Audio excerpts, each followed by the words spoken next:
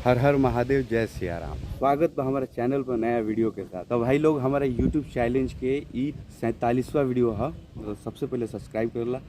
दो एक दिन पहले हमारे सपने में कुछ अजीबो गरीब चीज़ें आ रही थी। हम शुरू से ही बचपन से ही सपना देखना बहुत ही पसंद करते हैं। लेकिन रात को कुछ अजीब सपना आया था एक दो दिन पहले। सपना देखते हैं जब भी, तो उस पर हमेशा विचार क्यों आया ये सपना। पहले तो हमें समझ नहीं आया, अब समझ आया। हाँ यार, तो पता चला कि एक दो दिन से मुझे तंग कर रही थी। जब उसको रियल में देखता था तो मुझे डर लगता था कि शायद कुछ भूत हो गया, बट ऐसा कुछ भी नहीं था। पहले इस चीज़ को मानने की कोशिश की। आज हमको पूरा यकीन हो गया है, जो होना है वो होके रहेगा। तुमने किया है वो भी मिलेगा, जो नहीं सोचा है वो भी होगा। और भैया कमेंट में अपन राय दो, क्या आपके साथ भी ऐसा होला?